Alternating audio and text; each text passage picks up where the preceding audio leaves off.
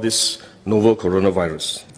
This virus comes from the family of coronavirus, which includes other viruses such as MERS and SARS, as well as the milder variants causing common cold. The medical consensus at this moment is that the novel coronavirus is more transmissible, but appears less deadly than SARS. Evidence suggests that the rate of human-to-human transmission of this virus appears to be higher than that of SARS. For now, the evidence also suggests that transmission is mostly via droplets. What this means is that the virus is carried within droplets emitted from an infected person over a short distance, such as when a person coughs or sneezes. If these droplets come into contact with the eyes, nose, or mouth of an individual directly or indirectly through hands that have come into contact with these droplets, the individual may become infected. To clarify, there is no evidence currently to suggest that the virus is airborne.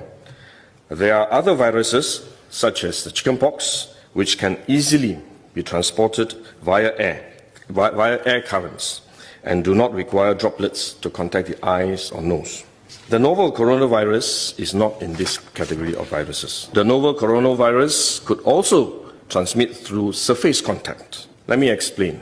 When a person sneezes or coughs, the droplets fall onto the surfaces of tables and chairs, and the virus may remain alive for up to a few days.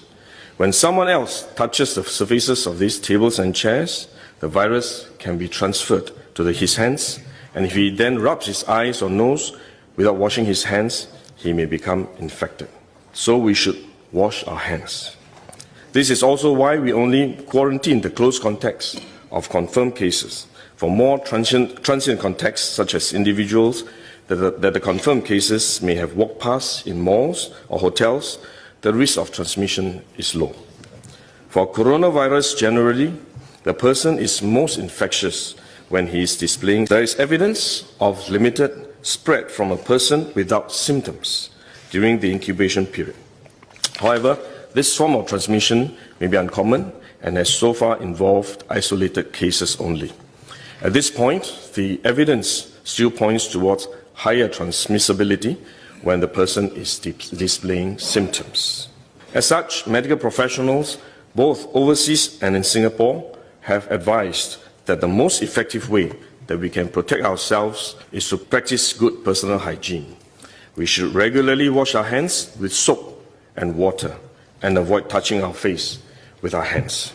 These may sound simple, but actually they're very difficult to do because all of us touch our face all the time. Even at a meeting when we have on this ministry task force, while I was speaking, I was touching my face until Minister Lawrence Wong nudged me with his elbow and said, "Stop touching your face." So it is simple but extremely difficult, but are actually very effective in preventing all kinds of infection. Potential infection from asymptomatic persons, in fact, is less likely to be from coughing or sneezing directly because they don't have symptoms. They are not sneezing or coughing, but more likely by touching contaminated surfaces, for which masks offer no protection.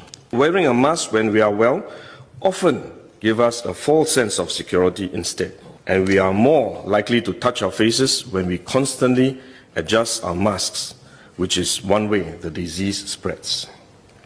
At the same time, we need to protect others, our loved ones, friends, colleagues, and fellow Singaporeans that we come into contact with. If we are sick, we should rest and recover at home as far as possible. If we do need to go out to see a doctor, for example, we should wear a surgical mask to protect others. So this is when mask is needed, when we are unwell and have to go out.